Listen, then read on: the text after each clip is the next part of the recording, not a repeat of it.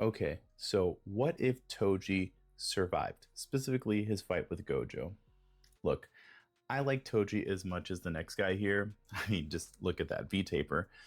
But I'll be honest, this is a video I wasn't really keen on making, similar to Gojo. Why? Because Toji's story is already pretty good and tragic. His loss to Gojo completes his arc in a raw, brutal way. That said, you can thank fellow YouTuber Eternal Flame for this video. His version of this idea got my brain turning and made this video possible. So once you're done watching here, go check out his channel and show him some support. And if you're watching me and you haven't seen any of his videos, what are you doing? That's insane. He makes amazing what if content. Now, with all that out of the way, let's ask the question, what if Toji Fushiguro survived his fight with Gojo? Okay, so our story begins in his second fight with Gojo. In the original timeline, he fell to the infamous Hollow Purple, but here, Toji listens to that gut feeling of his, the unease that's been growing ever since he saw Gojo was back on his feet. At the last possible second, Toji shifts his body just a few inches to the side. It's not enough to save him completely. His left arm is still blown off and a deep portion of his side is still carved away. But as we've seen with other heavenly restriction users, his body can withstand what should be fatal so long as he gets the chance to rest. So he stumbles, he bleeds, and with the last of his strength, he tells Gojo about Megumi before collapsing. Gojo, believing the man has passed, retrieves the inverted spear and destroys it on the spot. He does not want anyone ever using that thing again. When he looks back though, Toji's body is gone. Gojo's suspicious, but he doesn't chase it down specifically because of Riko's funeral, and he has far too many burdens to carry as it is. Toji, meanwhile, gets to safety, half dead, but alive. However, recovery is not kind to him. His missing arm means every movement is unbalanced now. His once flawless fighting style is gone, and he's lost his confidence. The split soul katana and playful cloud are both awkward to use with only one arm. Worst of all, the ace up his sleeve, the inverted spear, it's gone for good. That realization cuts deeper than the Hollow Purple did. For Toji, his whole life was about proving he was stronger than sorcerers, better than them, that he could rise above the Zenin clan's rejection and the whispers that he was worthless. But he lost to a sorcerer. He lost to the sorcerer. And deep down, he can't shake the feeling that maybe they were right. Maybe a man with no cursed energy really was destined to be below those who could wield it. So he ends up drowning himself in vices, gambling, drinking, women, but as much as he tries, Toji can't escape the truth, looking right back at him in the mirror every day. He's weaker now, and he's gonna have to work 10 times harder just to achieve what he could have only a few days before. Months pass. His money from Riko's assassination dries up pretty quickly. He's spending more time in rundown bars than anything else these days. And that's where he meets someone familiar, Naobito Zenin. At first, Toji thinks Naobito's here to mock him, or worse, drag him into some sort of Zenin clan plot. But Naobito claims he just wanted a drink away from the compound. The tension between them is thick enough to cut with a butter knife. But a conversation does begin. Naobito mentioned something interesting, that ever since Gojo's rise, curse users are going into hiding. The higher-ups, desperate to maintain control and power, have started forming their own hit squad, recruiting even former curse users to act as their assassins. At first, Toji laughs it off. That's their problem, not his. But then it slipped that they ended up asking about him. They're interested in the one man who managed to actually injure Gojo. It's a sobering thought. Toji realizes that he now has two choices ahead. He can stay independent and risk assassins coming after him, or he can take their money and live another day. And Toji's always been a practical kind of man, so the assassin finds himself working for the very society he despised. He's bitter about it, but also realistic, because at the end of the day, money is money, and he needs to get that parlay. Toji's role in the so-called Waning Moon Squad is pretty simple. He's the ace up their sleeve. Their director, Kensuke Nagino, is pretty powerful, and his ability to freeze opponents makes it easy for Toji to slip right in undetected and cut them down with a split soul katana. For the first time since losing his arm, Toji begins to regain a little bit of confidence while working with the Waning Moon. The squad makes a name for itself, taking down rogue sorcerers and exercising special grade spirits. But when the higher-ups decide the squad should try to assassinate Gojo himself, Toji refuses. Flat out. He'll consult, he'll plan with them, heck, he'll even bet on how quickly they end up getting wiped out. But he won't go near Gojo. Not again. And he's right, the squad faces Gojo, and though they do put up a better fight with his own tactics, they still get wiped out.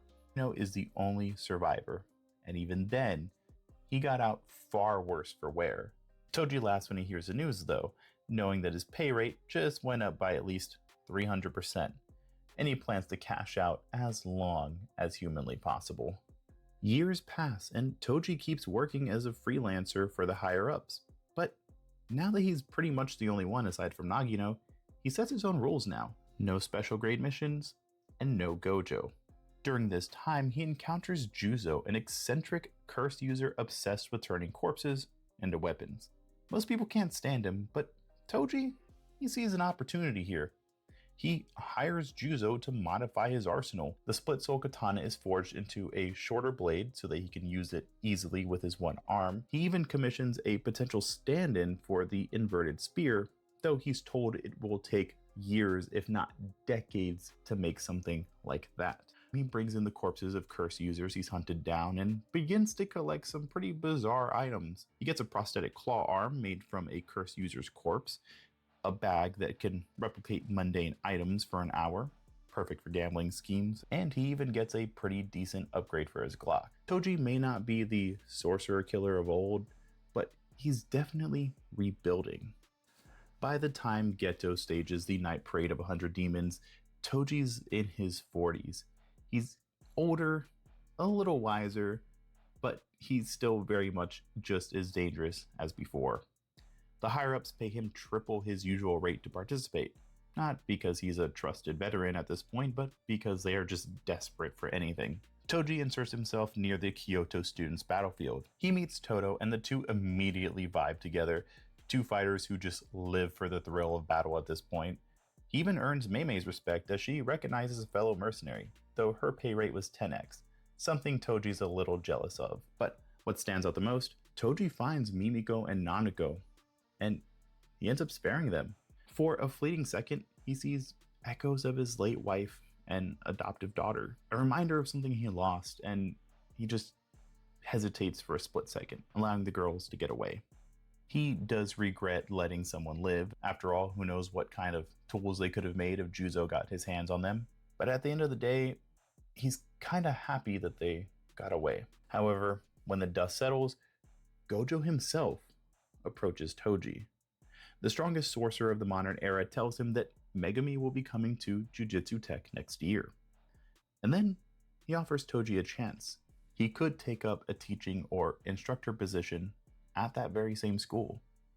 Toji scoffs, dismissing the idea of babysitting.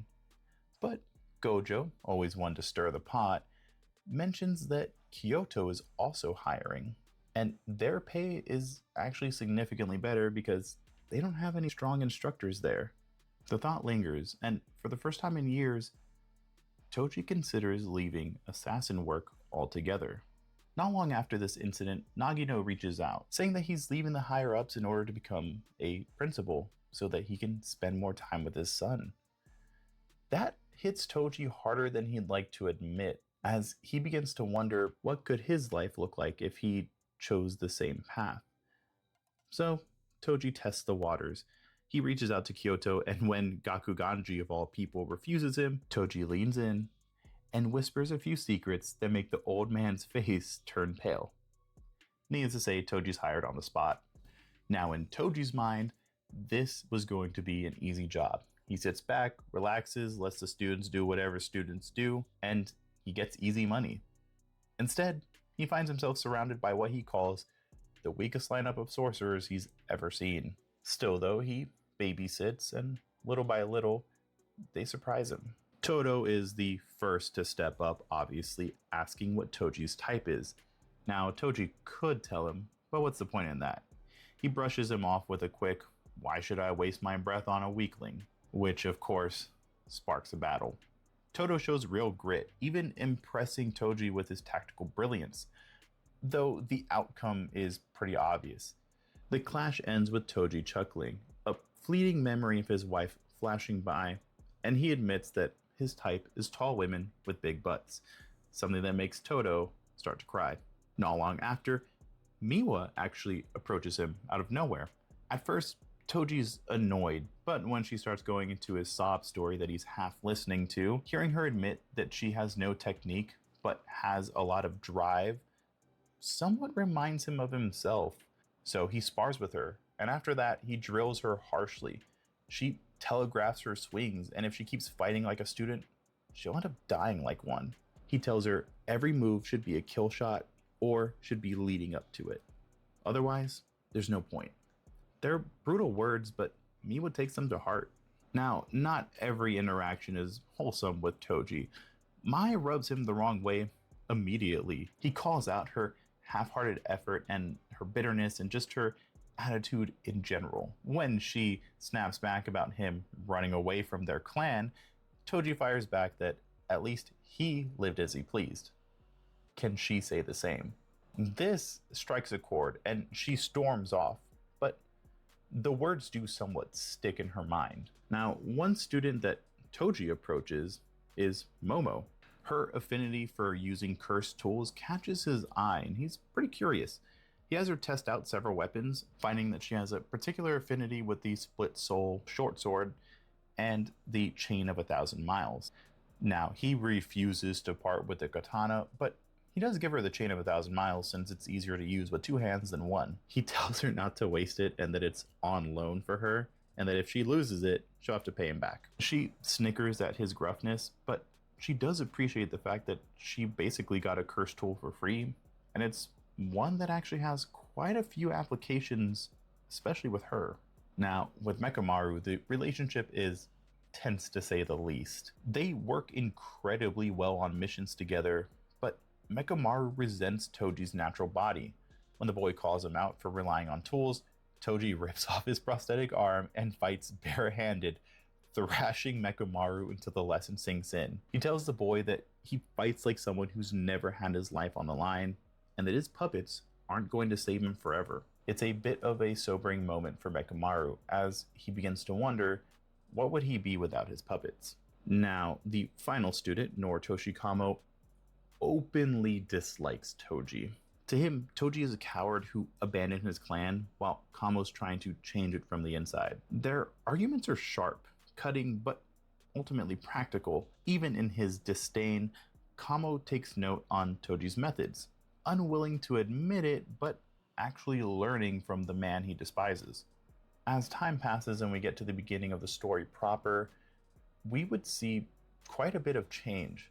Todo respects Toji's strength, Miwa grows sharper, carrying herself with more confidence. Momo thrives with her new tool, using it in creative ways that even Toji wouldn't be able to due to her technique. Even Mechamaru and Kamo, despite their bitterness, do recognize Toji's intellect and insight into what they could improve. Mai, though still stagnant, quietly starts questioning her place in the Zenin clan. She's not quite ready to leave it, but the seed has been planted in her mind. With the new first years arriving, Saki, Rindo, Kaito, Yuki, and Nita, Toji's world shifts again.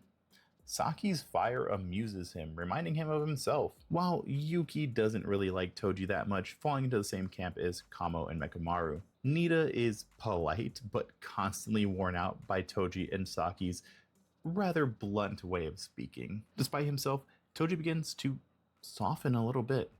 He still gambles, still drinks at Naobito, but he takes an interest in Miwa and Saki, training them more seriously. Against his will, the kids are slowly pulling something out of him. Then comes the Kyoto Exchange event. Toji tries to dodge it, but Gakuganji insists. Toji agrees on one condition: the first year students come with him. As they head out, Toji feels something gnawing at him. At first, he thinks it's the thought of running into Gojo, but no, it's Megumi. Part of him wants to see the boy, to know whether he looks like his mother or like him. But Toji buries the thought. He tells himself he's someone who can walk away from anything. He's the ghost of the Zenin, someone who doesn't need family. And yet, deep down, he knows the truth. He wants to meet his son. But that's where we're going to be leaving it for right now. So, what did you think of this version of Toji's survival? Personally, I think it makes his story a little more tragic, but also hopeful. A man who once lived free, unbound by any clan, reduced to working to the very system he hated. And yet, in spite of all of that, there are still flickers of humanity, moments where he can't help but connect with the students or spare people who remind him of his past. Toji's survival is the story of a man trying to keep moving forward, even when every part of him is saying to stop. But hey, that's just my take. Let me know what you think in the comments, and again, go support Eternal Flame for inspiring this video. If you haven't seen his what ifs, they're like 10 times better than mine, dog. But anyways, thanks for watching. I'll see you next time. Now we're going to get into the post-show notes, but honestly, there's not much to talk about here. I think the story is pretty self-explanatory, honestly. It's just a story about a man who is broken, and moving forward. I think a lot of us have been in a similar situation. I personally don't know what it's like to have a child. I personally don't know what it's like to leave a child, but I do know what it's like to feel like a failure, to feel like a loser, And honestly, I can't help but relate to Toji in that way, because for a very long time, I also self-sabotaged. I destroyed relationships that I knew could have been a lot better, that I could have treated a lot better, but I didn't want the shoe to drop. I didn't want to be right and get hurt. I would have rather been wrong and cut it off before I could get hurt. That makes sense. And I think while Toji says he did it for Megumi, I think he ultimately did it to protect himself as well. Like, he didn't want to be the reason his son failed, right? And so that's why he left. It's not that he wanted his son to succeed. I think he did, but there's an equal part of it where he didn't want to fail. And you see this a lot in his nonchalant attitude, where he pretends to be someone who doesn't care, who doesn't, have all this stuff, but deep down, even in his fight with Gojo, you see this. He's still battling his demons all those years later, whether or not he's in his 30s or his 40s. I think he's personally in his 30s when he fights Gojo, but he's still dealing with everything that happened in his childhood.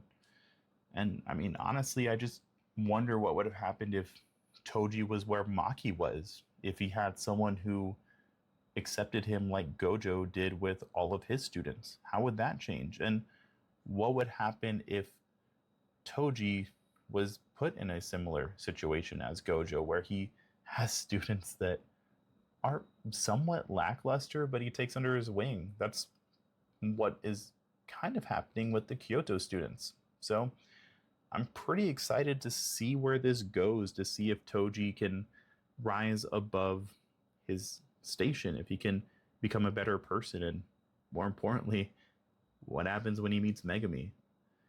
But that's all gonna have to wait until I write it, because even though I have some ideas, nothing is ever concrete until it's on the page. That's at least how I write.